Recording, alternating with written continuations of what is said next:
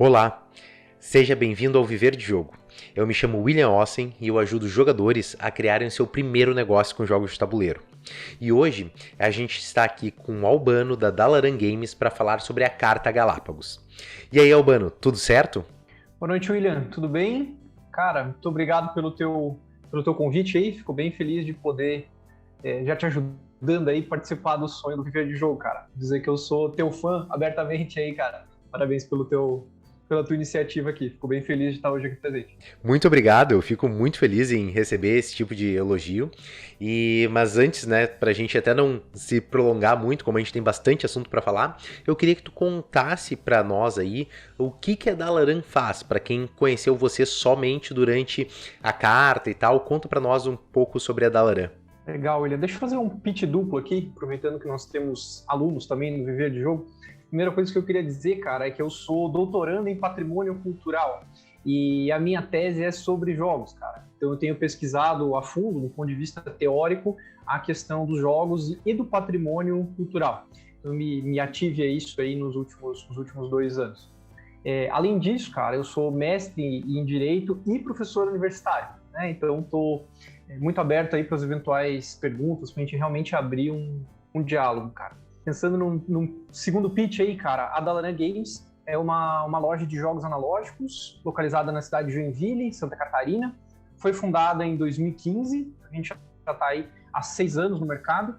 A loja recentemente ganhou a distinção de WPN Premium dentro da estrutura da Wizards of the Coast, que coloca a gente numa posição bem feliz aí, de bastante orgulho de poder conversar com o pessoal, poder falar um pouco sobre o mercado, enfim. Acabei colocando os holofotes em mim de uma maneira meio inusitada, é verdade, né? Mas a loja já tem alguma bagagem, né? E eu, como jogador de Magic, já tô nessa aí desde 1998. Tenho algum chão nessa trilha, cara. Mas não, muito legal essa questão aí do patrimônio cultural. Certamente a gente tem um outro papo para bater aí, né? Porque eu gosto também de falar não só sobre a parte de negócio com jogos de tabuleiro, mas também sobre esses outros usos, né, que os jogos de tabuleiro podem ter. Eu acho que dá um papo bem legal, isso aí. Até para a gente começar, então, a contextualizar o pessoal, antes da gente entrar na parte de falar sobre a carta em si, como é que foi que surgiu a escrita dessa carta, né? Em que momento foi, assim, para a gente entender um pouco o contexto disso, e como é que ela se viralizou, assim, né? Porque diz que a carta foi vazada, né? Antes de ter a versão final, que aquilo que a maioria das pessoas viu não é o texto final da carta, né? Então, podia explicar para nós um pouco melhor sobre isso? Então, eu acho que aconteceu um momento, caiu na net aí, né? Em relação à carta, cara. Então ela ganhou uma visibilidade inesperada, né? Pelo menos inesperada no contexto e no momento no qual ela foi escrita, né? Evidentemente que ela foi escrita e o sentimento que consta nela e as verdades que constam nela, a ideia era que isso fosse divulgado, era que isso fosse propagado, né? Mas de uma maneira um pouco mais estruturada e mais pensada, né? Eu acho que é importante, William, como contextualização, cara, dizer que essa já é, pelo menos da minha parte e da parte de alguns amigos lojistas, a terceira carta que a gente escreve para Galápagos, em contextos diferentes. Acho que as pessoas pegaram a coisa meio achando que era só um desabafo e o que está acontecendo, e não foi exatamente essa a ideia, né? A tentativa que algumas lojas mais preocupadas têm feito de aproximação com a Galápagos, ela é antiga. Inclusive, descobri que é mais antiga do que a nossa própria primeira iniciativa, né? Então, outros lojistas me contaram aí que estão tentando algo nesse sentido já desde 2014, 2015.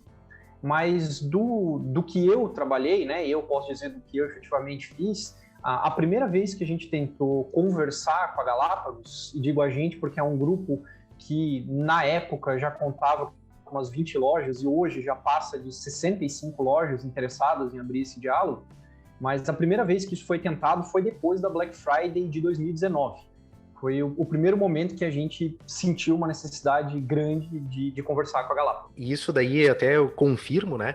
Porque eu tô no mercado desde 2013, né? Então acompanho aí já há bastante tempo isso.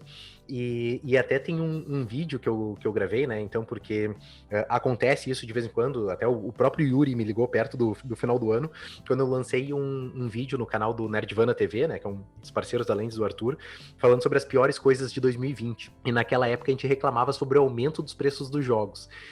Porque, era um absurdo. Daí, se tu vê os preços que a gente reclamava, era muito abaixo do que está sendo cobrado hoje. E daí eu até conversei com o Yuri na época e tal, sobre essas condições e tal. Então, assim, existem já, né, por vários momentos, várias tentativas, né, porque a Galápagos acabou crescendo, né, muito rápido, e isso, obviamente, acaba criando algumas estrias, né, quando tu cresce muito rápido. E que acaba, muitas vezes, não sendo tão saudável, assim, pro mercado, né. Mas, voltando à questão, assim, né, que agora tu comentou, né, bacana que está crescendo também, que vários lojistas se uniram a essa causa, né? Que não é uma questão de um ou outro, né? Porque isso até é uma das coisas que foi comentado, né? Que na hora que chegasse de assinar a carta e de ver as marcas que estariam comprometidas com essas reivindicações, seriam poucas pessoas participando, né? E eu fico bem feliz de ter já tanta gente assim, e também para aquele lojista, né? Aquele empreendedor e tal, que também quer conhecer sobre a carta, o texto na íntegra, né? Que a gente não vai ter tempo de ler toda ela aqui durante o programa, pode ver aqui no link da descrição desse episódio para conhecer um pouco mais e também, inclusive, assinar, né, se fizer sentido para você. Bacana. E só continuando a questão da contextualização um pouco histórica, né, de como é que a gente chegou nisso, porque eu acho que é importante para que as pessoas entendam. Em 2019, depois da Black Friday, que eu acho que é um tema que a gente precisa e pode conversar mais para frente aqui nesse episódio, né? Mas ali houve uma primeira grande mobilização, né? Naquele momento foi fundado um grupo de WhatsApp, onde 20 lojas já prontamente começaram a fazer parte e a discutir, assinaram, inclusive, esse primeiro movimento em relação à Black Friday, que, infelizmente, não gerou nenhum tipo de resultado expressivo, né? Nesse mesmo contexto, foi quase um ato contínuo, iniciaram discussões de uma retomada do X-Wing no Brasil, né? Principalmente porque a Galápagos ela tomou a ideia de recentralizar os torneios de X-Wing, o que foi muito ruim para as lojas nesse momento, porque tinha muitas lojas que cresceram no cenário do X-Wing, a minha foi uma delas, né? Então ali houve uma segunda tentativa de conversar com a Galápagos a fim de pulverizar os eventos, de realmente de se aproximar, né, do chão de fábrica, falando aí, né, da ponta final aí dessas pessoas. E aí, a última tentativa, e essa, William, eu fico muito feliz, né, mas muito feliz mesmo, em poder dizer que das 65 lojas que estão conversando, né, no que, por enquanto, a gente está chamando de associação de lojistas, isso é um nome absolutamente provisório, né, mas a gente vai realmente montar uma estrutura um pouco mais formal de comunicação com o mercado, né, de comunicação com as empresas, enfim, porque a ideia é que todos vendam mais, que existam mais jogos, que os preços melhorem, né? Eu acho que isso tem que ficar claro desde o início. Hoje somos 65 e, William, nesse momento em que esse episódio está sendo gravado, 50 lojas já assinaram, né? Então, 50 lojas realmente já estão 100% comprometidas com a redação final da carta, com uma abertura de diálogo com a Galápagos e com o que for necessário de esclarecimento aí para o grande público, para o consumidor final, para o jogador do Brasil. Outra pergunta, assim, que eu queria fazer, né, agora que a gente entende um pouco melhor, antes da gente entrar nos pontos, é sobre, né, a primeira foi isso, né, se era realmente só para quem é de board game. Então, ela, né, como tu disse ali, dentro desses 50, então é um grupo bem plural, né, então qualquer, né, lojista que trabalha nessa área com jogos de mesa, né, de Magic, de tabuleiro, ou que apoie, né, essas reivindicações, ou as empresas que estão, né, apoiando isso também podem assinar, mesmo não sendo cliente da Galápagos, né, até alguns que não são clientes da Galápagos por causa de alguns motivos expostos dentro da carta. Mas a segunda coisa que eu queria deixar bem claro também para quem não está ainda ciente, assim, né, quem não acompanhou todo esse desenvolvimento, e uma dúvida que surgiu muito, muito importante é, assim, sobre a citação a Ludus. sabe? Essa carta, ela, porque a doação da Galápagos, então quem não viu, a Ludus, ela fez uma vaquinha, né, porque ela está no abacaxi lá, onde ela está passando por alguns momentos de dificuldade por causa da pandemia, e a Galápagos colocou uma cláusula, né, dizendo que se a Ludus conseguisse 50 mil em arrecadações, ela casaria mais 50 mil, né, e se passasse de 75 mil, ela daria ainda mais 3 Gloomhaven, se eu não me engano, para sorteio entre os participantes. E eu queria entender, assim, se essa tua carta, ela é contra Ludus? Tipo assim, né? Ou tu não gosta da Ludus? Qual que é a tua posição quando a gente fala da Ludus, assim? Eu acho, William, que você fez duas perguntas bem abrangentes. Talvez você tenha que, inclusive, refazer elas em contextos distintos aí para eu poder responder. Mas abordando em ordem no que foi falado, o primeiro grande ponto é o seguinte: para participar dos debates sobre a carta, basta você estar no segmento de jogos de tabuleiro e jogos de carta, né? Inclusive, quem nos apoiou primeiro foram as pessoas que ativamente trabalham com jogos de tabuleiro. Agora a gente estamos fazendo todo um trabalho com as lojas de Magic nesse cenário, porque, como foi apontado na carta, o cenário do Magic não é bom, né? Não é bom mesmo. O cenário de curto prazo ele é ruim, o cenário de médio prazo ele tende a piorar, né? Então, com certeza, a gente vai ter uma carta 4, 5, enfim, para debater a questão do Magic. Então, esses lojistas estão entrando nesse momento. E uma distinção que eu não gostaria de fazer é sobre o que é uma luderia, o que é uma loja que vende para o consumidor final, não vende, só aluga. Eu acho que isso é ruim para o mercado, né? O mercado tem que entender que nós estamos no mesmo mercado. O que eu quero dizer com isso? É um mercado de nicho, então eu não consigo segmentar e nichar ainda mais um mercado que já é de nicho, né? Então, está aberto para quem quiser dialogar conosco, tanto as lojas físicas como a Dalaran Games, né? A Dalaran tem espaço para se jogar em loja, aluga jogos, a gente faz tudo. Assim. É uma loja plural no sentido de trabalhar com jogo de tabuleiro, então vai desde a demonstração, aluguel, até a venda ao consumidor final. Então, está aberto para essas lojas. Está aberto, inclusive, para as grandes magazines que eventualmente revendam Galápagos e queiram conversar. Né? Uma época foi a Livraria Cultura, aqui em Joinville a gente tem a Livraria Curitiba vendendo Galápagos. Essas pessoas não tiveram interesse ainda de conversar conosco, mas vendo isso aqui e querendo também tomar parte, estamos abertos a conversar com todas as livrarias e qualquer pessoa do segmento. E aí a gente tem eu diria, um terceiro grupo que também está no mesmo mercado, que são as luderias ou as tabulerias, como a própria Ludus gostaria que elas fossem chamadas, né? Essas pessoas fazem parte do segmento. Eu achei um pouco delicado o debate que foi levantado quando a carta foi vazada, que a Ludus não faria parte do segmento do qual a Dalaran faria parte. Eu acho que isso é irreal, né? Eu acho que a Ludus faz parte do segmento junto conosco. E repare que aqui é junto mesmo, e nós gostaríamos de ter a Ludus ao nosso lado, inclusive nessa conversa, né? Por que eu digo isso? Porque a Ludus está na linha de frente dos jogos de tabuleiro, né? Como eu coloquei na carta, ela é uma das vitrines da Galápagos, se não a maior vitrine da Galápagos no estado de São Paulo, que é a maior fonte de renda da Galápagos, né? Não está na carta, que eu vou falar agora, mas é algo que eu sempre debati, inclusive com os meus próprios consultores na Galápagos, que é o seguinte: eu sou uma loja que vende para o consumidor final, ótimo, mas eu também alugo jogos de tabuleiro. Então, por que é que eu não posso ter da Galápagos o jogo de aluguel subsidiado, como a Ludus tem, como os outros board games café também tem, né? É por isso que eu defendo que nós estamos no mesmo segmento. É um segmento pequeno e é um segmento que faz parte do mesmo mercado, né? Então, você alugar jogos de tabuleiro é parte do que faz, né, uma loja de tabuleiro. Se ela vai complementar essa parte como um bar, como um restaurante, enfim, aí cada loja sabe como trabalha, né? Então, a gente tem várias lojas que trabalham com tabuleiro e venda de símbolos de Magic. Não por isso ela não está no segmento de jogo de tabuleiro.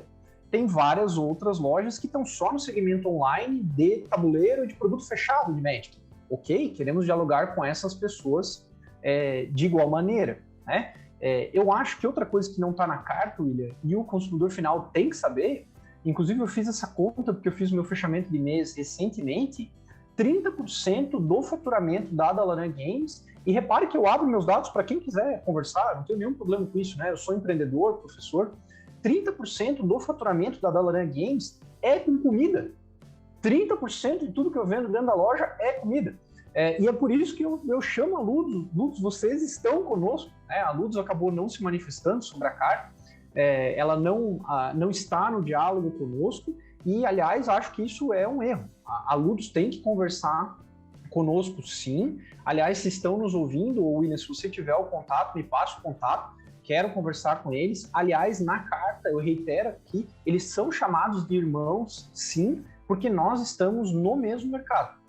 E eu quero frisar que não é uma carta de repúdio a Ludus, não é uma carta que a Ludus não deva ser ajudada de nenhuma forma. Isso não passou pela discussão da carta. O que passa pela discussão a Ludus está no mesmo mercado que todas as outras. Por que ela mereceria um tratamento diferenciado? Podem existir várias justificativas para isso, muito razoáveis, inclusive.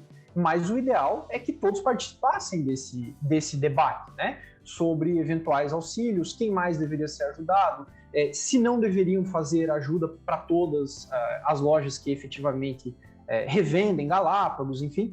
Então, a nossa ideia é muito mais ter uma associação coletiva, né? Ter um debate coletivo, inclusive com os próprios jogadores, do que trabalhar com exclusões. Então, é falsa qualquer movimentação no sentido de que o nosso interesse era repudiar a Ludus ou excluir a Ludus. Isso não encontra respaldo no que nós pensamos, né? Inclusive, eu acredito que o debate, a Ludus tem que fazer parte do debate e ela pode nos auxiliar bastante nesse sentido. Com certeza. A Ludus, que é uma das, né, a primeira, né, tabuleiria do Brasil aí, acho que é uma marca também que está há bastante tempo, e então isso aí eu só quero reiterar mesmo, por mais que tu já tenha deixado bem claro, né, essa carta não é uma carta contra a Ludus, né, e a Ludus ainda tá com, depende da época que tá ouvindo esse podcast, tá com a campanha ali, ela merece sim ajuda, assim como todas as outras empresas, né. O ponto problemático, então, independente que a gente ainda tá dentro, né, do nicho de jogos de tabuleiro, né, cada um fazendo, trabalhando, né, da forma com que compete, né, além disso na parte de serviços, né, aluguel e etc. Da Dalaran também na parte de loja, na parte de tabuleiria, né, tem essa parte de alimentação, porque a gente não existe muita competição, né, então toda aquela, talvez, questão que foi levantada muitas vezes assim, é inveja da Dalaran, que a Dalaran tem da Ludus, eu espero que com essa resposta também tenha ficado claro que não é essa questão da inveja, né? Mas é a questão das políticas, né, que a Galápagos tem utilizado para que elas possam ajudar também outras empresas, né? E agora eu queria entrar, então, já, né, dentro da carta e perguntar quais são os pontos, né, que tu levanta ali dentro da carta e que tu pede que sejam revistos pela Galápagos, assim. Então, William, só fechando a questão da Ludus, né? E, inclusive, eu gostaria de me botar à disposição aqui de conversar com a própria Ludus, né? Se você quiser gravar um episódio posterior, enfim, porque eu sou obrigado por uma descrição acadêmica mencionar que, inclusive, eu tenho artigos acadêmicos sobre a situação da Ludus escritos, né? Porque depois as pessoas procuram na internet, né? Tal coisa foi falada e tal. Então, eu tenho desavenças acadêmicas e jurídicas em relação a Ludus, inclusive desavenças que eu coloquei publicamente em artigo científico aí, para ser refutado por quem tiver interesse, né? Eu acho que isso é importante de frisar na questão da Ludus. E entendo claramente que a Ludus foi uma parceria muito importante para a Galápagos, né? Eu acho que isso que a carta tenta dizer também, William, que é um contexto histórico, né? O que é ignorado pela Galápagos e que deixou muitos lojistas chateados, inclusive nós temos lojistas que assinam a carta que fundaram as suas lojas no começo dos anos 90, final dos anos 80, eles já estavam pensando em fazer isso. Pessoas que já estavam no mercado há muito tempo, quando a Galápagos chegou nesse segmento. Inclusive foi muito curioso, um lojista dessa linha mais antiga, o Namir, da Dragon's House em Florianópolis, e eu posso falar isso porque ele é a pessoa que encabeça esse movimento junto comigo, ele reavivou o primeiro XML, né, a primeira tabela de PowerPoint que a Galápagos enviou para ele, né, tentando vender os seus primeiros jogos. Então era uma tabela que tinha 3, 4 jogos, os preços eram completamente diferentes, era uma estrutura como a gente vê hoje nas editoras menores, né, de você negociar por e-mail, negociar através de tabela de Excel. Então, isso já existiu. Essa é a grande questão. E eu acho que isso revolta alguns lojistas até mais do que a própria da Laranja Games. Quando a gente chegou, as coisas já estavam mais ou menos estabelecidas. Agora, essas pessoas que foram sistematicamente abandonadas pela Galápagos, que não conseguem mais ter diálogo com a Galápagos, essas pessoas, de fato, assinam a carta numa tentativa de reabrir, né? Numa tentativa de reiniciar esse debate com a Galápagos, porque, como eu já falei, eu acho que a coisa tem que ser propositiva, né?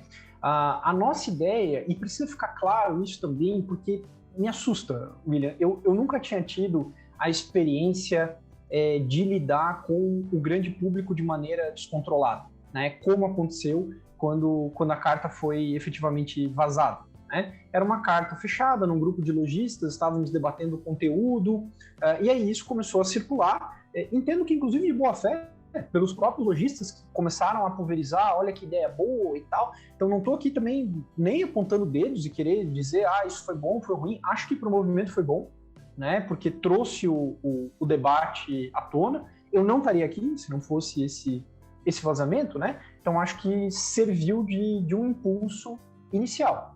E tem que ficar claro, principalmente para o jogador, que o que se propõe aqui não é, como infelizmente eu li, um boicote a Galápagos, né? Eu gostaria de tranquilizar a todos, né? A própria Galápagos, que com certeza vai nos escutar e vai escutar o teu podcast, quanto aos jogadores, não se trata de um boicote, né? A gente já tem um mercado sólido e estável o suficiente para eu poder dizer isso.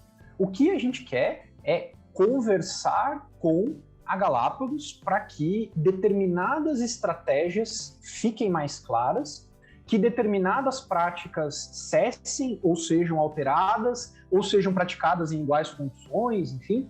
Nós temos uma série de medidas propositivas e a gente não pode entrar nesse discurso que, infelizmente, eu já vi em alguns grupos sociais de vamos boicotar a Galápagos porque ela selecionou uma loja para ajudar. Calma, gente, eu acho que as coisas têm que ter proporções, né? A Galápagos faz parte dessa história que muitos ajudaram a construir. Ela ampliou muito o segmento de board games, investiu pesadamente em marketing. Essas coisas têm valor, gente. Essas coisas têm que ser levadas em consideração. A ideia aqui não é ingênua, como muitas pessoas colocaram, de repúdio, né? Vamos comprar do pequeno produtor, vamos... Calma, gente, né? É um mercado grande, é um mercado, apesar de nichado, ele é grande, né? Uma coisa é um mercado... Entender que é um mercado de nicho, ok, mas é um mercado de nicho que movimenta alguns milhões de reais. Então ele é um mercado significativo. Isso quer dizer que a gente tem espaço para todos esses players, né? Quando é falado, por exemplo, da Devir na carta, é muito mais no sentido de que pena que um grande player não está mais no mercado, porque aí sim a gente tem mais produtos no mercado, temos mais um canal de distribuição, temos mais possibilidades de financiamentos melhores. Percebem? É positivo para todos que hajam mais distribuidoras, e essa carta, neste momento, nós estamos conversando sobre a Galápagos, mas muito do que tem na carta é uma questão do mercado nacional, né? E aí eu chamo a Galápagos para a conversa porque ela precisa entender que hoje o mercado nacional olha para ela. E essa é, para mim, uma questão principal, né? Quando eu dou aula, por exemplo, de direito empresarial, a gente discute a questão do benchmark. A gente precisa olhar quem é o grande player desse segmento? Ou quais são os grandes players desse segmento? A Galápagos é um deles. Né? A Dalaran não tem nenhuma pretensão. A Dalaran vai boicotar a Galápagos. Isso não faz sentido. Não é essa a lógica que a gente tá querendo trazer aqui. Né? E não é a ideia também de são 50 lojas que estão se unindo para sei lá qual é a ficção que possa ser criada. Né? A ideia é que a gente tenha um movimento organizado das lojas para que as lojas consigam dialogar com as produtoras e com as distribuidoras para que o mercado seja fomentado, né? E o interessante para o jogador médio, para o jogador final, é que ele entenda que quanto mais lojas existirem, tanto melhor vai ser o preço que ele vai pagar na ponta. Eu acho que essa é também parte da discussão. O que a carta levanta nós precisamos abrir o diálogo, explorar as deficiências do mercado nacional para que a gente não regrida. Eu acho que esse é um ponto relevante.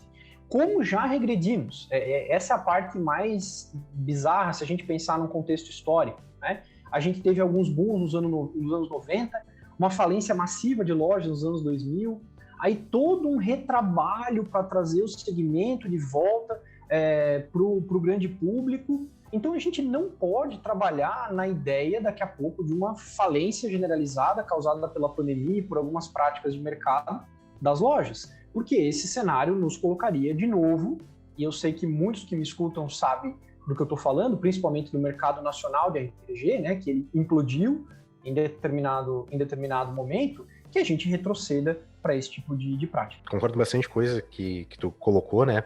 Até porque a concorrência, né? Ela é uma das práticas quando a gente tá falando, né, independente de posição política, né? Mas quando a gente fala do livre mercado e tal, a concorrência, ela faz com que o mercado melhore, né? Então, que a oferta seja cada vez melhor. E hoje, quando a gente, né, agora falando pro cliente, né? Pro consumidor final, quando ele se coloca nos sapatos, né, de quem é lojista, a gente não tem muita opção, né? Então, porque hoje são poucas distribuidoras, a própria Galápagos é a detentora de grandes propriedades intelectuais, né? Porque as Modi lá fora já comprou todo mundo e tal. Então, hoje, os jogos da Fantasy Flight e tal, hoje todos os top jogos, né? Grande parte dos jogos mais vendidos fazem parte do acervo da Galápagos, né, do catálogo da Galápagos, não desmerecendo todas as outras editoras que também trazem jogos fenomenais, né? Principalmente editoras também trazem jogos nacionais, então, né? Mas a Galápagos, ela tem um catálogo muito pesado hoje, e não há outra opção, né? Ou tu compra da Galápagos, né? Se tu quer um Resistance, um Dixit, né? Um Pandemic, né? Ou tu compra da Galápagos e se enquadra dentro das condições comerciais dela, ou tu não compra, né? E daí, como não há essa opção de não comprar, porque a Galápagos foi a que mais investiu em marketing, e é realmente a que mais, né, que as pessoas chegam lá pedindo Eldritch, né, e pedindo outros jogos populares deles, Zombicide, etc., porque eles estão com essas melhores marcas, que também é um mérito deles, não há outra opção, né, tu não pode importar, tu não pode, né, encontrar, ou também deixar de vender, né, porque o próprio consumidor, né, você que não é lojista que está nos ouvindo, acaba pedindo, né, pro seu lojista local, né, ou buscando por isso na internet. Por isso que é importante, né, que quando não há essa competição e tal, e isso acontece em grandes mercados, a questão da regulamentação, né, de grandes empresas, até para evitar monopólios, como é o caso que está acontecendo com as Big Techs hoje, quando a gente vai olhar para os Estados Unidos,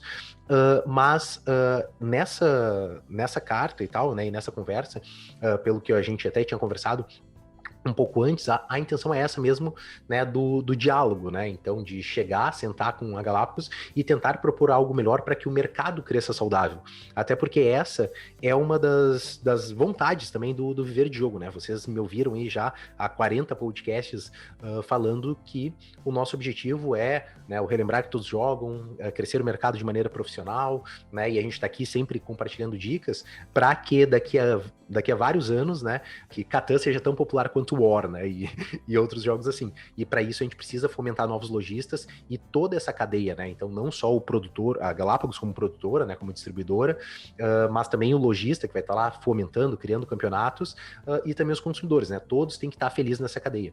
No momento que a gente corta o lojista desse elo, e daí fica só, por exemplo, a distribuidora vendendo, né, diretamente pro cliente final e tal, a gente perde esses espaços de encontro, né, um ponto de reunião entre as pessoas, e o lojista, ele, né, é importante para continuar difundindo isso, né, porque eu até já comentei outras vezes aqui, a Amazon, ela não vai fazer um campeonato de né, sei lá, qualquer jogo X-Wing, né, Crossmaster, qualquer jogo que seja, porque ele está interessado na venda e em vender aquele jogo muito barato. Isso quem vai fazer, quem vai criar a comunidade, tá ali, até fazer uma ponta de atendimento do saque ali, né, da própria editora é o lojista. Por isso que ele deve ser assim valorizado e visto, né, não somente como um ponto de escoar o seu estoque, né, que muitas vezes acaba parecendo isso, né, mas também uma atividade de marketing, né, dentro da loja, apoiando, né, mas um apoio mais generalizado a todas as lojas e também um apoio àquele pequeno, porque hoje a Galápagos ela precisa crescer, né? Porque isso a gente não vai mentir, né? Ela tá, como tem as Asmodee em cima, cobra resultado dela, obviamente, e ela tem que dar lucro. E para dar esse lucro a mais, ela precisa expandir esse mercado. Só que tem que expandir de maneira saudável, né? E eu vejo isso até pelos alunos do Viver de Jogo e também por outros, né, vários outros pequenos lojistas que já passaram aqui pelo Viver de Jogo, que as condições ficam cada vez mais difíceis de entrar, né? Então acho que, né, vários pontos levantados acabam sendo pertinentes, sim, né? Então, para que não, né, tipo assim, a questão não é quebrar, né, ou destruir o monopólio, ou etc, sabe? Mas é que as condições comerciais, elas fiquem cada vez mais justas para que todos possam crescer e a gente ter vários grandes lojistas, né? E não somente poucos, né? Então, eu acho que faz bastante sentido, sim, essa reivindicação, né? Isso... Outros, não sei se teria algum outro ponto, assim, eu acho importante que tu queira, né, ressaltar da carta que tá ali, que a gente não trouxe aqui dentro do podcast. William, na verdade, eu acho que tem 3 pontos principais, né, 2 pontos na carta e um ponto sobre o mercado que eu acho que as pessoas não estão percebendo, né? Mas, por exemplo, não. No momento em que a Asmodee compra a Galápagos no Brasil, eu acho que as pessoas ainda não entenderam que se criou uma situação sui generis em relação aos títulos dentro do Brasil, que não necessariamente se repetem no resto do mundo. Muitos gamers que talvez não conheçam exatamente qual título é de qual produtora e quem é que faz o que no plano internacional, talvez não perceberam que a Galápagos concentra títulos de diversas editoras, né? Ela não trabalha só com a linha Asmodee, se a gente pensar Asmodee Mundo, né? A Asmodee é gigantesca, ela tem uma linha significativa de jogos, mas no cenário internacional ela não detém tantos títulos e tantas propriedades quanto a Galápagos o faz no Brasil. Então o Brasil ela é uma situação atípica dentro do mercado de board games. E mais, são poucos os países nos quais ou a Asmodee ou uma grande produtora conseguiu concomitantemente deter o mercado de board games e de Magic. É por isso que eu digo que o cenário vai piorar. Se a gente não tiver um debate honesto com toda a comunidade, tempos sombrios se aproximam, né? Porque muitos defensores do livre mercado, de tem mesmo, essas coisas têm que acontecer, mais ou menos, né? Em locais de livre mercado, por exemplo, a União Europeia e os Estados Unidos, mesmo nesses locais a gente tem uma divisão de títulos, né? De títulos de peso, por questões de mercado, inclusive, né? Vendas de marcas, restrições da própria Wizards fora do Brasil. Então a gente tem uma série de restrições que no Brasil não foram levadas em consideração, né? Então aqui eu já estou chegando numa carta 6 ou 7, né? do debate que em algum momento vai precisar ser feito, né? Porque a consolidação de títulos feita pela Galápagos no Brasil, ela é diferente de todo o resto do mundo. E aí as pessoas que não acreditam em mim, vocês podem procurar na internet o que eu estou falando, porque eu já fiz essa pesquisa, né? Então a concentração aqui, ela é diferenciada.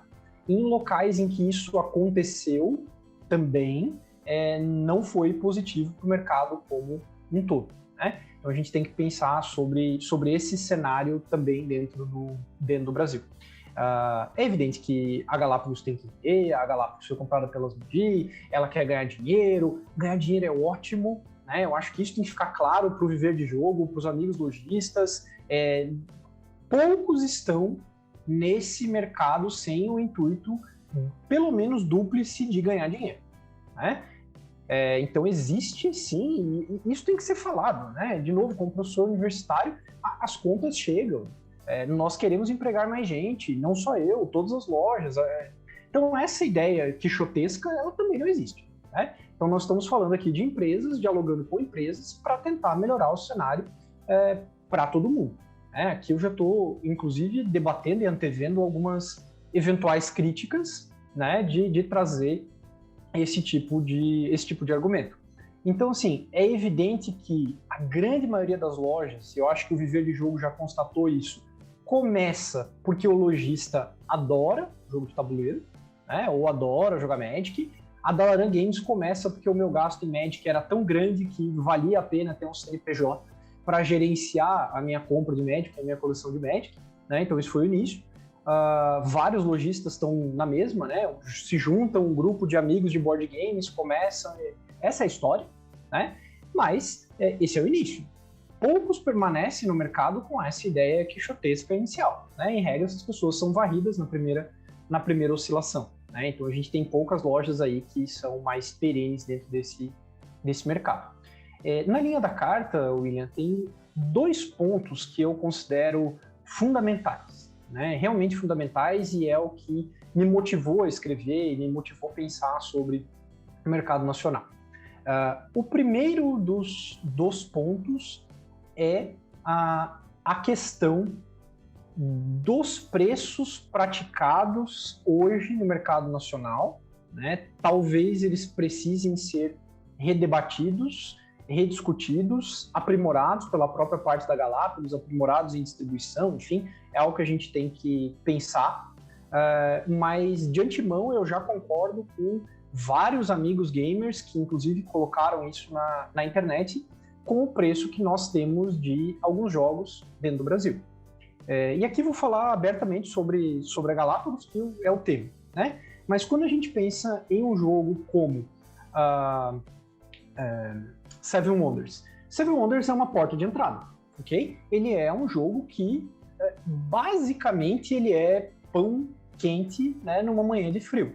Por que eu digo isso? Ele é um jogo que ganhou vários prêmios, ele é um jogo que está indo para uma segunda edição agora, ele é um dos jogos mais jogados do mundo, ele é super fácil de aprender, né? Você consegue demonstrar ele em feiras, você consegue demonstrar ele em escolas e tal. Então, assim, Seven Wonders é o nosso exemplo, né? Seven Wonders é um jogo de entrada.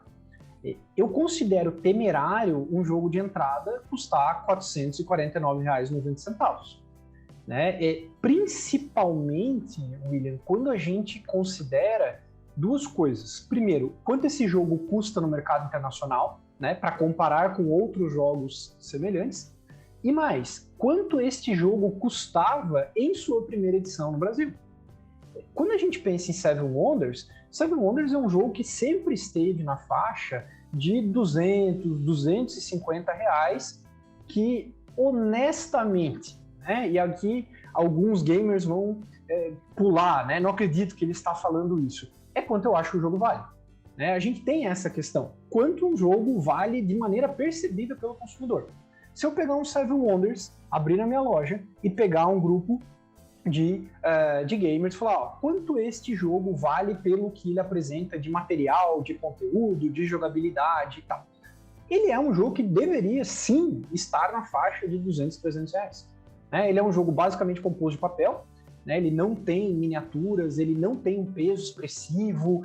A sua segunda edição teve pouquíssimas mudanças, né? Eu sei que eu vou ser criticado por isso que eu estou falando, mas acho importante que as pessoas contextualizem essa lógica, né? E isso também é questionado na carta, né? Acredito que o aumento do frete internacional, que foi brutal, né? Eu sou professor de Direito Internacional também, foi brutal o aumento do frete internacional. O aumento do dólar foi brutal também, tanto que a gente teve um cenário no qual o booster de Magic saiu de R$19, R$20 para R$25 de uma maneira muito rápida. Mas esse já é um valor que você consegue pensar, opa, então há um aumento gradual no cenário de algo como 25%, 30% no máximo. Qual foi o aumento do Seven Wonders no período? Né? Então, isso é questionado pelas lojas. Será que esse aumento de fato tem um embasamento mercadológico que justifique, ou ele é uma percepção que esse já é um jogo absolutamente conhecido, né? E que possam ter margens drasticamente ampliadas? Então, isso é uma coisa que eu questiono na carta. Por que eu digo do Seven Wonders? Porque ele faz parte de uns 5 jogos da Galápagos que são a linha de entrada, né? E eles são basicamente Dixit, Ticket to Ride, Seven Wonders, e aí varia os outros, né? Mas The Resistance, a gente tem alguns jogos de entrada. Black Stories, que agora está passando por uma reformulação de nome e tal. Ok, por que esses jogos, que são os jogos de entrada, tiveram uma ampliação no preço numa ordem fixa, sem acompanhar nenhum tipo de ampliação média do mercado, né? Então isso é levantado na carta. Será que estes jogos de entrada não deveriam, de fato, ter preços de entrada, não deveriam ter condições diferentes, inclusive para os lojistas adquirirem esses jogos, porque eles compõem o portfólio básico da Galápagos? Então esse é um dos questionamentos que se faz. Porque associado ao preço, William, o que a gente gostaria de discutir na carta daí são as condições com as quais os lojistas recebem esse material, né? E quando você começa a fazer um levantamento de lojistas, infelizmente, começam a aparecer cenários que lojas diferentes recebem tratamentos diferentes, fazendo ou comprando em volumes iguais ou muito parecidos, né? Da mesma forma que os jogadores conversam, que as distribuidoras conversam, as lojas também conversam. Então isso é algo que precisa ser discutido. E aí a gente eventualmente volta para a questão da Ludus, né? Por que ela merece um auxílio e a outra loja não? Então a ideia de uma carta como essa é você ter transparência, né? É você ter regras claras. Olha, ela está sofrendo uma ajuda porque é um ícone paulista. Ok, então vamos selecionar ícones em outros locais. Ou vamos pensar em propostas que possam ser utilizadas por todas as lojas. Inclusive a gente recebeu depoimentos em off, William, de lojas que foram, sim, ajudadas, inclusive financeiramente, pela Galápagos com parcelamentos diferenciados no meio da pandemia. Ótimo, mas por que isso não é uma prática clara e uma prática que possa ser utilizada por todas as lojas, né? Eu acho que um pouco da busca que se tem na carta é uma busca por transparência. Nós gostaríamos de entender por que do aumento de preço, por que de práticas diferenciadas, né? O porquê de não trabalhar em coisas muito básicas para todas as lojas, como, por exemplo, a diminuição do frete grátis, a diminuição do pedido mínimo, né? Tem uma série de pequenos elementos que essas lojas gostariam de ver padronizadas para todos. Isso que tu coloca assim, são coisas bem, bem importantes mesmo, assim, sabe? Eu tento pensar um pouco pelo lado da Galápagos, assim, né?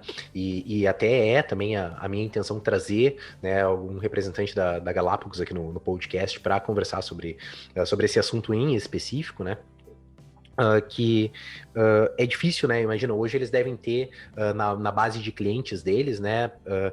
A última vez que eu vi o número de pontos que a Galápagos tinha no site lá, Encontre uma Loja, era em torno de 490, né? Mas isso daí são pontos físicos, então poderia ter online muito mais, né? Então, mas ele deve ter, sei lá, 800, né? Sei lá, lojistas cadastrados dentro da base dele. Obviamente, nem todos, né? Devem fazer pedidos recorrentemente, mas deve ser difícil, né? Para eles conseguirem ajudar todos todos de maneira igualitária, assim, sabe?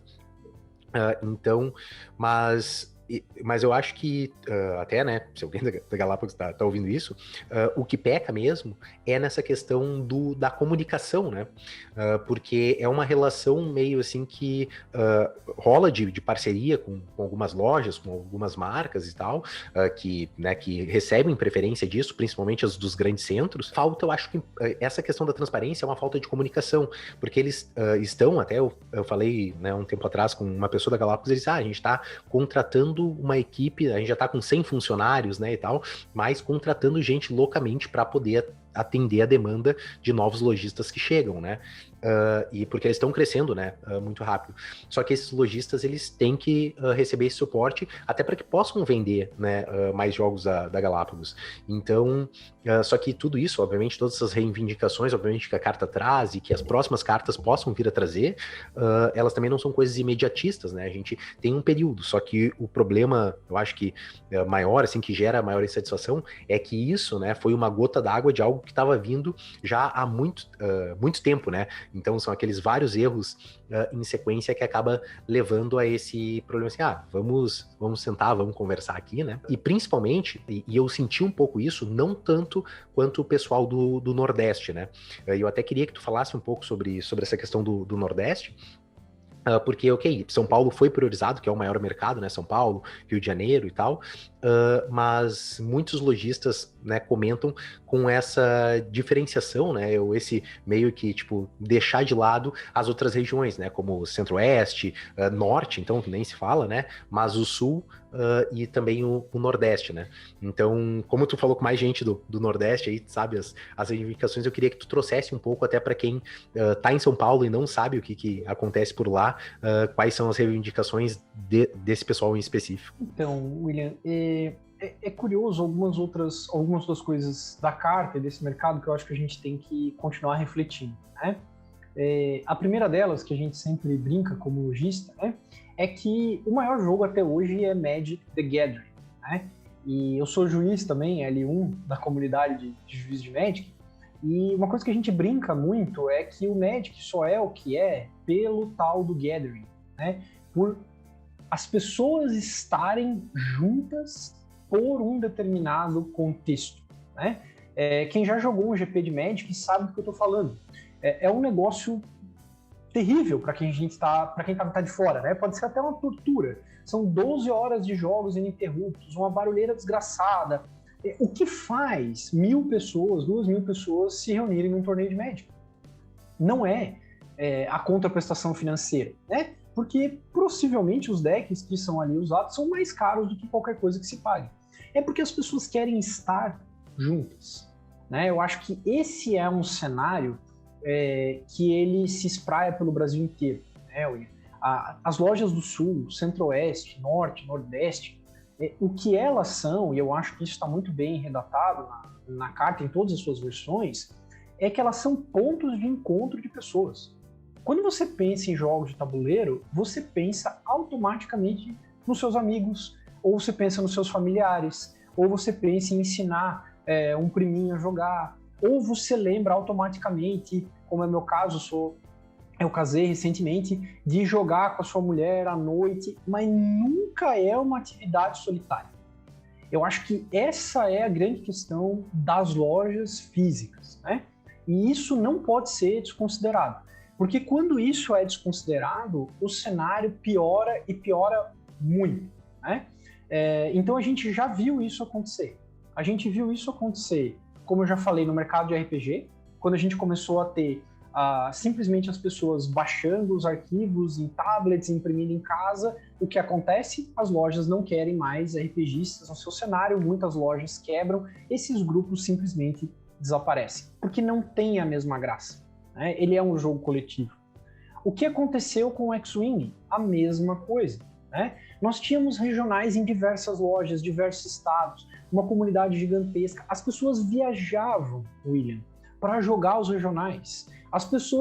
Eu recebi gente do norte e do nordeste em Joinville, um dos pontos mais longe possível do norte e do nordeste. A Nerds recebeu, na época, as mesmas pessoas, né? A Nerds está o ponto mais distante possível do norte e do nordeste. porque elas queriam vir na loja física jogar, queriam encontrar as pessoas. Né? Eu acho que esse é um ponto que ele não pode ser descuidado. E aqui, William, é onde eu acredito que a Galápagos esteja na mesma página, talvez não esteja na mesma página, mas ela consiga se situar na mesma página, que a não perder este cenário, né? Não perder essa visibilidade, porque as pessoas querem jogos sociais, querem jogos coletivos, ainda mais num cenário de pós-pandemia. Eu acho que isso é fundamental que se entenda. É muito fácil para a Amazon, para a Galápagos, avaliar o mercado nos últimos 2 anos. É óbvio, é um mercado fechado, no qual a boa parte das vendas são online, porque as pessoas só têm isso, né? Pelo menos as pessoas que estão preocupadas com a pandemia e as pessoas que estão esperando serem vacinadas, enfim, para retomarem as suas vidas. É um cenário atípico, não só no Brasil, mas no mundo. Então eu não posso avaliar o mercado por um cenário que não vai se manter a partir do instante em que a vacinação atinge um determinado número de pessoas e as restrições levantem, como já tem sido o caso aqui em Joinville, por exemplo. Hoje a gente tem restrições muito pequenas, as pessoas automaticamente voltam para a loja. E voltam para a loja com força. Né? Eu posso dizer isso da minha própria loja. Né? Os últimos 3 meses, a partir do instante em que a vacinação atingiu as pessoas abaixo de 40 anos, ela viu uma ampliação significativa das pessoas voltando para a loja. E elas voltam para a loja pelo encontro, pela vontade de disputar aquele 1 contra 1 do X-Wing, pela vontade de jogar um jogo para 6, 8, 10 pessoas com outras pessoas em um ambiente propício. Né? E aqui, de novo, é que eu chamo a Ludos e todas as outras lojas que são luderias, bares, o que sejam, nós estamos no mesmo ambiente, né? Porque essas pessoas vão voltar para esse tipo de mercado e o que a gente tem que cuidar é que esse mercado exista até esse retorno, né? Porque as lojas, e não é só o nosso segmento nichado, né? O Brasil, como eu coloco na carta, está numa situação de superendividamento. A gente está vendo aí o Pronamp 3 do governo federal. O governo está colocando dinheiro na economia desesperadamente para que as pessoas continuem com uma condição mínima de sobrevivência e de subsistência, eu diria. Ok? Então esse é um dos pontos que é tratado na carta, talvez seja o ponto mais polêmico da carta, né? Que é a questão dos e-commerce da Galápagos e da Amazon. Né? Infelizmente, a gente não pode se furtar a esse debate, porque esse é um debate que a Galápagos não pode dizer de nenhuma forma que ela não sabia que esse cenário existia. Né? Eu digo isso porque a Galápagos faz pesquisas de mercado semestrais e anuais com as lojas, e se ninguém escreveu isso lá, desde 2015 eu coloco sempre. Todas as vezes em que eu encerro uma pesquisa de mercado, eu coloco. Estou confiante do pronto fechamento do e-commerce da Galápagos nos próximos meses. Todas as vezes. Virou até piada, né? Com o meu consultor, enfim, nunca fui respondido sobre isso. Mas é um debate que ele tem que ser feito. Ele é um debate que ele precisa ser feito pelos nossos irmãos do Norte e Nordeste. Porque eles estão numa situação terrível nesse aspecto. Terrível. Se uma loja como a Dalaran Games, e a Dalaran, as pessoas também têm que entender do ponto de vista geográfico, nós somos a segunda loja mais próxima do Armazém da Galápagos do Brasil. A gente só não é mais próximo de uma loja que fica na mesma rua, basicamente, do Armazém da Galápagos, uma loja em Itajaí. Eles têm um armazém na região portuária aqui de Santa Catarina. Então, a segunda loja mais perto do Armazém da Galápagos é a Dalaran Games. Inclusive, nós, bem no início da Galápagos, fazíamos retiradas no local. Né? A gente ia dentro do Armazém da Galápagos retirar produtos. Então, isso já e aqui, de novo, eu abro sem medo algo diferente. Né? Não são todas as lojas que podem fazer isso. E, por uma questão de transparência, né, é importante que isso seja dito também. Fico feliz, inclusive, que essa prática tenha acabado, né? Porque ela dava uma vantagem competitiva que era uma vantagem que não precisaria e não poderia ser dada, nem para a Dalaran, nem para as lojas próximas. né? Eu acho que o negócio que as pessoas têm que entender é que a melhora tem que ser para todo mundo, né? O desenvolvimento tem que ser para todo mundo. Eu não estou aqui também querendo que as condições melhores só para quem colocar o nome na carta que estamos fazendo. Não é esse o ponto, né?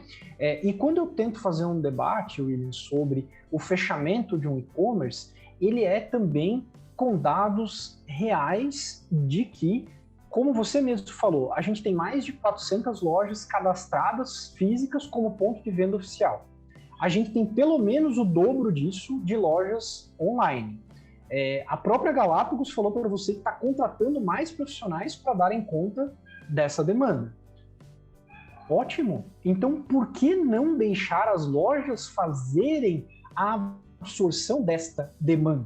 Ok? A partir do instante que você tem 800 lojas no Brasil, sejam elas físicas, sejam elas digitais, se a gente fizer uma média por estado, eu estou dizendo aí que cada estado tem pelo menos 30 pontos de venda ou mais da Galápagos Jogos. Então é totalmente desnecessário, para não dizer redundante, que exista um e-commerce centralizado da Galápagos.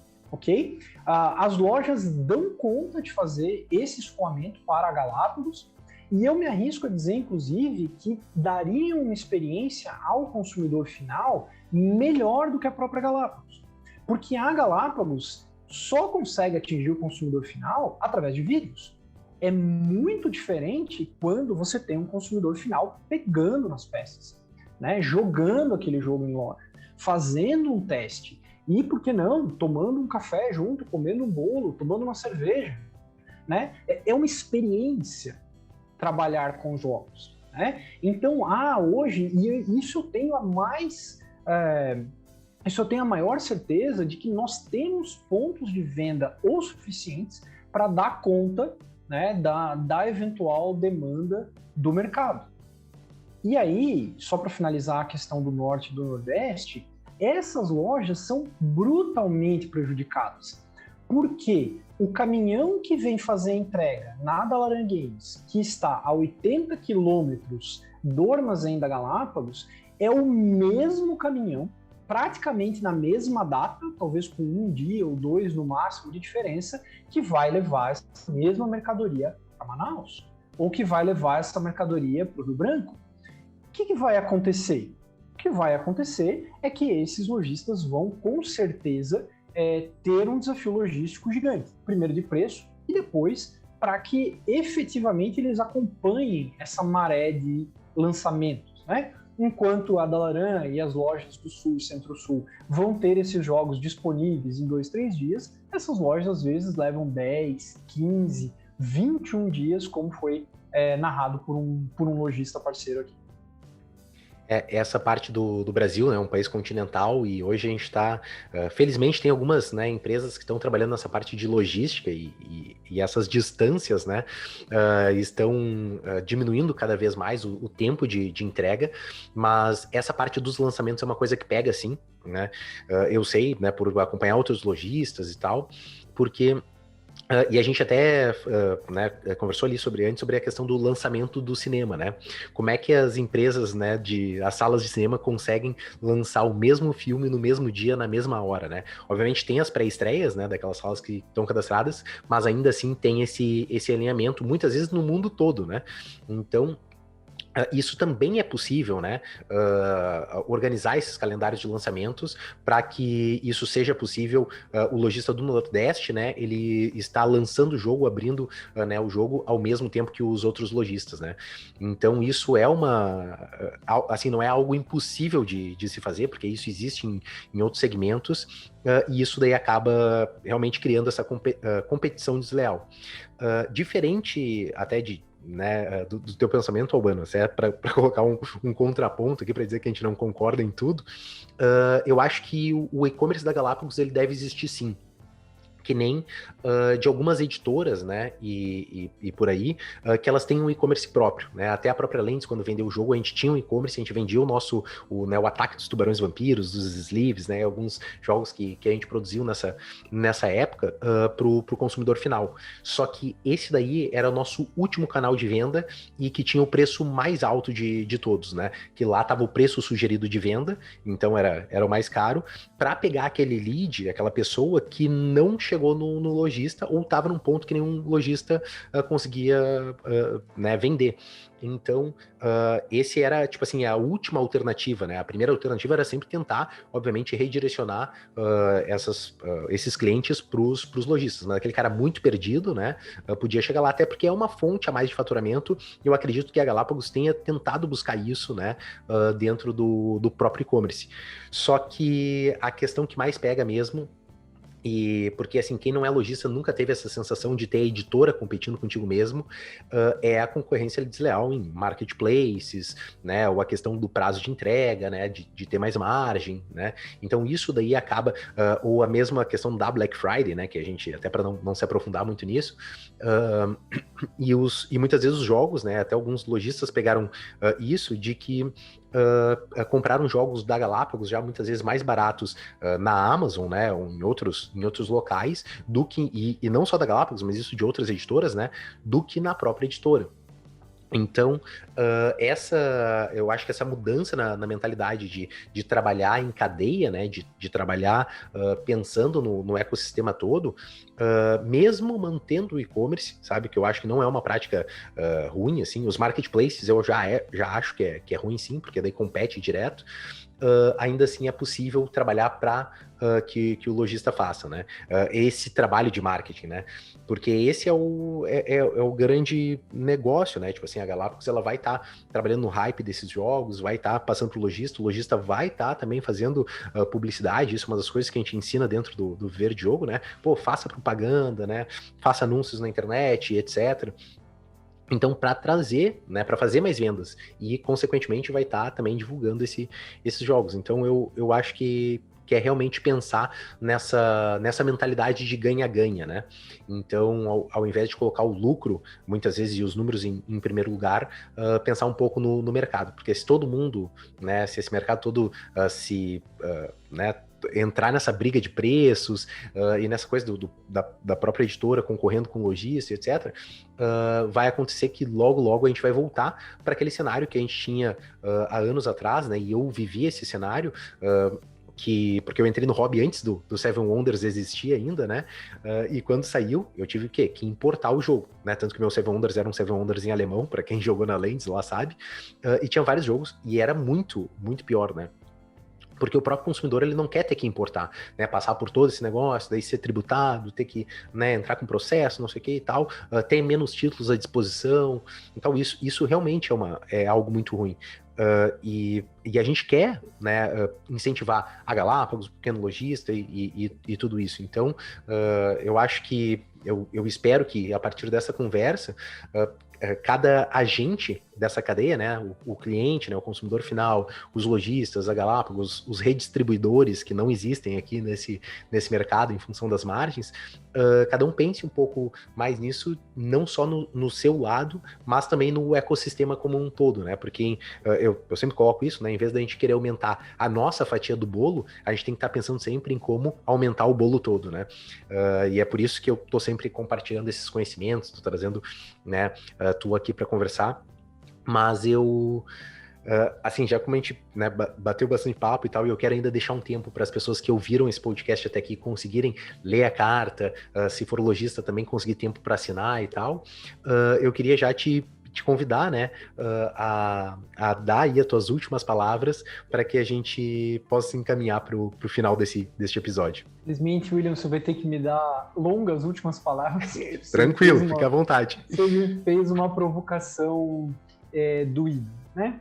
Que é a provocação da manutenção de marketplaces pelas editoras, né? Fica aqui o meu voto, né? Esse é o passo 2 do que a gente gostaria como associação de lojas, né? Que todas as editoras parassem de concorrer com as lojas. Né? E eu digo isso de verdade, né? Este é o objetivo. Eu entendo a questão das editoras, entendo mesmo. Aqui eu não posso dizer quem é exatamente a pessoa que trouxe os dados, porque daí não são meus, né? Os dados da Dalaran eu posso abrir porque são meus, mas de um outro lojista, que aí ele tem as margens na mão, né? O que acontece? É evidente que para a Galápagos é excelente negócio e para todas as outras editoras ter um marketplace próprio, porque aí ela não tem que dividir a sua margem de importação com o lojista. Isso é claro, isso me parece claro para todo mundo, né? Se a gente pegar em margens reais, né, é evidente que cada editora, distribuidora vai ter as suas margens, mas vamos tentar trabalhar de uma maneira relativamente uniforme, né? Para que essas editoras repassem 35% de margem para o lojista, ela mais ou menos consegue para ela uma margem adicional entre 60% e 100% do que é repassado para o lojista. Né? Isso quer dizer, bem falando o preto no branco, né? Cada jogo que a Galápagos vende no seu e-commerce, ela ganha o dobro do que o jogo que ela repassa para a loja, né? Em valores e ganhos reais lá na conta do padeiro no final do lápis. É claro que isso é um excelente negócio, né? Mas o que eu acho é que as grandes distribuidoras, elas precisam definir em que mercado elas estão, né? Eu acho que esse é o grande segredo.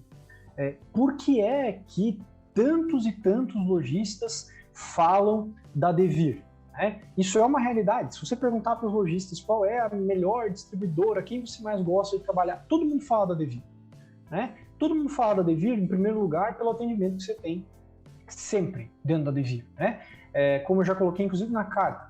Infelizmente, o Douglas veio a falecer, mas ele, como um dos donos, era uma pessoa que recebia os lojistas praticamente em casa, em qualquer lojista, né? Pagava jantar com os lojistas, as pessoas conversavam com o Douglas. Então, era uma figura acessível, em primeiro lugar. Depois, a Devir tomou, pela primeira vez no mercado, a posição de vou fechar o meu e-commerce, vou, inclusive, fechar praticamente, se não totalmente, faz uns anos que eu não vou lá, a loja física. Né? Então a Devir, ela trabalha aí sim numa parceria com o lojista. Sempre que eu falo com um representante da Devir, eu sei que ele está me vendendo um produto que eu vou concorrer com as outras lojas. Né? Eu não vou precisar concorrer com uma loja ou fake, o que é horrível, que algumas editoras menores fazem e os lojistas também sabem, ou real, o que às vezes é pior ainda, né? Porque aí você diz, olha, aqui é o produto oficial, aqui sai direto da fábrica. Isso é terrível para o mercado, né? Isso é alijar as lojas do processo, né? Da operação. Né? Então, isso eu acho que é uma prática brasileira que ela deve ser repensada. A Devir repensou essa prática e pode chamar, inclusive, os representantes da Devir aqui para confirmar e para conversar, e conseguiu se manter no mercado, conseguiu ter preços competitivos, conseguiu, inclusive, ampliar suas vendas num mercado talvez mais prostituído que o de board games, que é o mercado de quadrinhos. Né? A Devir está num mercado terrível, que é o mercado hoje muito mais de quadrinhos, e mesmo assim ela não compete com os lojistas na ponta. Quero lembrar também a Coqui aqui. A Coqui não tem um sistema de e-commerce, que também é uma grande distribuidora, importadora de tudo, né? Desde Magic, passando por jogos de tabuleiro, várias editoras nacionais foram distribuídas pela Coqui. Em nenhum momento a Coqui montou um sistema de e-commerce próprio. Nenhum momento. Inclusive, eu tive o prazer de conversar com a PHD e a Coqui quando eu tive loja em Miami, e eles reiteraram que essa é uma prática que não seria feita, e de fato não foi feita. Né? Então a Coqui é mais uma distribuidora que não tem e-commerce próprio. E aqui eu estou falando das três maiores, né? Hoje as três maiores são também as três que já distribuíram ou distribuem Magic, que é a Devir, a Coqui e a Galápagos. Dessas três, hoje somente a Galápagos continua com a prática de concorrer com as próprias lojas. E aí, William, tem mais um ponto que precisa ficar claro. Ainda que esse e-commerce não seja fechado, porque esse faturamento é expressivo para Galápagos, e eu não preciso ser gênio. a venda ao consumidor final deve representar entre 20% e 40% do faturamento da Galápagos. Eu sei disso. Eles podem não nos dar o número, esse é o número deles, né? Se eles quiserem, eles podem abrir, mas esse é o número. Né? A gente que trabalha mais com direito empresarial, é mais ou menos por aí que vai ficar essa circulação. É expressivo, sim, né? Então seria uma atitude muito bem pensada, que deveria ser feita pela Galápagos, né? Ver realmente como é que as lojas vão absorver essa parcela, como é que ela vai se reestruturar no mercado para que isso aconteça. Isso pode acontecer de maneira gradual, ninguém é ingênuo também, né? A gente vai conversar com a Galápagos essa semana, amanhã o e-commerce está fechado. Isso não vai acontecer, né? Isso naturalmente vai ter que ser um processo de fechamento e talvez, William, o processo zero seja pelo menos praticar o preço sugerido. A coisa que mais revolta no e-commerce da Galápagos é a não prática por eles mesmos do preço sugerido. Porque daí eles arrebentam a margem dos lojistas. Eu comprei, e de novo, dados da Dalaran, eu comprei um deck de Keyforge para que ele fosse revendido ao valor de mercado de R$ 89,90. Esse mesmo deck foi colocado na Black Friday por R$ 9,90, R$ 19,90 pela Galápagos. Ele simplesmente, é como se a Galápagos simplesmente tivesse entrado no meu estoque e queimado um pedaço dele. Né? Porque ela consegue fazer isso de maneira bastante arbitrária, como foram alguns casos de Black Friday, e o pior, sem nenhum tipo de diálogo prévio e sem nenhum tipo de compensação. Porque se houvesse naquele momento, olha, infelizmente esse deck de Keyforge aqui saiu uma edição nova, a gente vai trazer, então o que a gente vai fazer? A gente vai recomprar os decks vermelhos, como ficaram conhecidos na época, vamos mandar os decks azuis, ou você conta quantos tem não vendidos, a gente dá um abatimento de crédito. Beleza, isso é diálogo, né? Esse é o mercado. Eu acho que esse deveria ser a atitude zero da Galápagos. Vamos manter o e-commerce durante mais um período, porque representa muito do nosso faturamento e a empresa não pararia de pé. Ótimo, mas então vamos trabalhar no sentido da manutenção dos preços. Vamos trabalhar no sentido, William, e aqui você concordou plenamente comigo, de, no mínimo, não colocar esses produtos em marketplace. E aqui eu falo claramente da Amazon, né? É impossível que uma distribuidora como a Galápagos tenha seus produtos distribuídos na plataforma da Amazon. Uma coisa é os lojistas eventualmente tolerarem e discutirem um e-commerce próprio com as suas naturais restrições brasileiras, né? E aí eu sei quais são porque eu estou em Santa Catarina também. É problema com transporte, é problema com ICMS, problema com importadora, beleza, tá todo mundo jogando o mesmo jogo.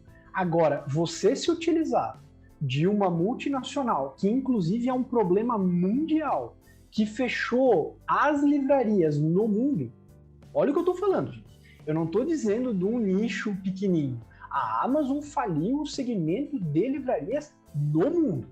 Né? É esse o poder que a gente está falando. A gente está falando de um cara que se divorciou recentemente e a mulher dele saiu com um patrimônio de 34 bilhões de dólares em patrimônio próprio. Né? É esse tipo de gente que a gente está falando quando eu falo da Amazon. Okay? Não há concorrência possível com a Amazon. Não há concorrência possível com a Amazon. A única coisa que a gente pode fazer em relação à Amazon, e aqui eu faço um apelo ao consumidor final, é que se você minimamente preza um ambiente de jogo para os seus colegas, em algum lugar que você consiga ter um contato físico, que você não compre da Amazon. Aí eu acho que tem que ser ponto pacífico, tá? E aqui eu estou falando agora como empresário. Sou advogado empresarial em Santa Catarina, e aqui tem inclusive dados da Fiesc, que é a Federação das Indústrias de Santa Catarina. Nesse segmento, se a gente pensar na quantidade de dinheiro que o Brasil perde pela mera existência da Amazon no país, a Amazon no Brasil deveria ser repensada. Né? Porque ela faz remessas de lucro ao exterior, ela paga pouquíssimos impostos nacionais, são pouquíssimas vagas de emprego criadas dentro do território brasileiro, né? E a gente está aceitando isso como nação, como se fosse algo dado. Né? A Amazon chegou, então a gente tem que aceitar, ok, ela vai esculhambar o mercado, ela vai falir todas as livrarias, beleza. Se a gente quiser chegar nesse cenário, ok. Aí não há carta que resolva, não há conversa com a Galápagos que resolva, né? Aí é uma outra questão.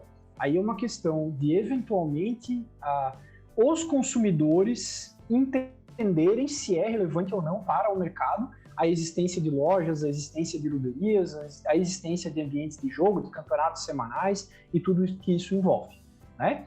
E fica o meu questionamento. O consumidor final pode entender que nós somos irrelevantes. Tudo bem. Aí a gente vai ter um outro mercado.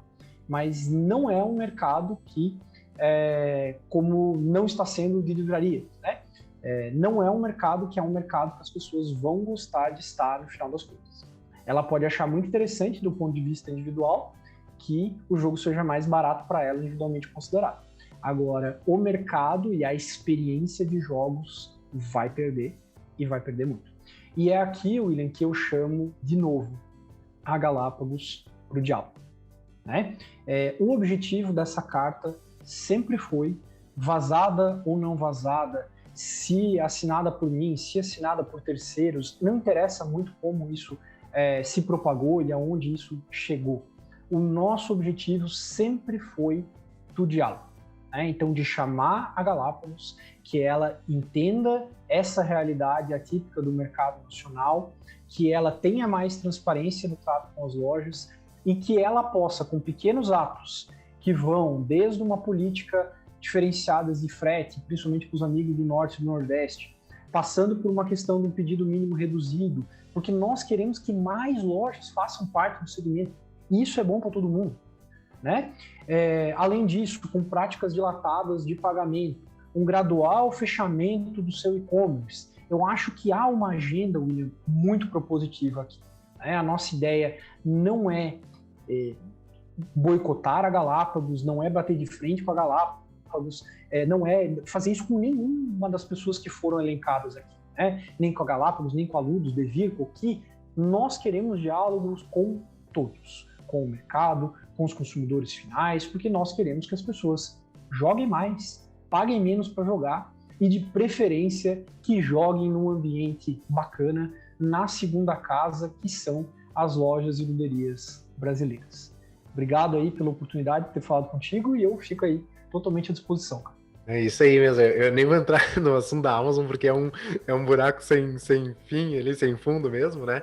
Mas só para dar uma palavrinha sobre isso é a questão do consumo consciente, né?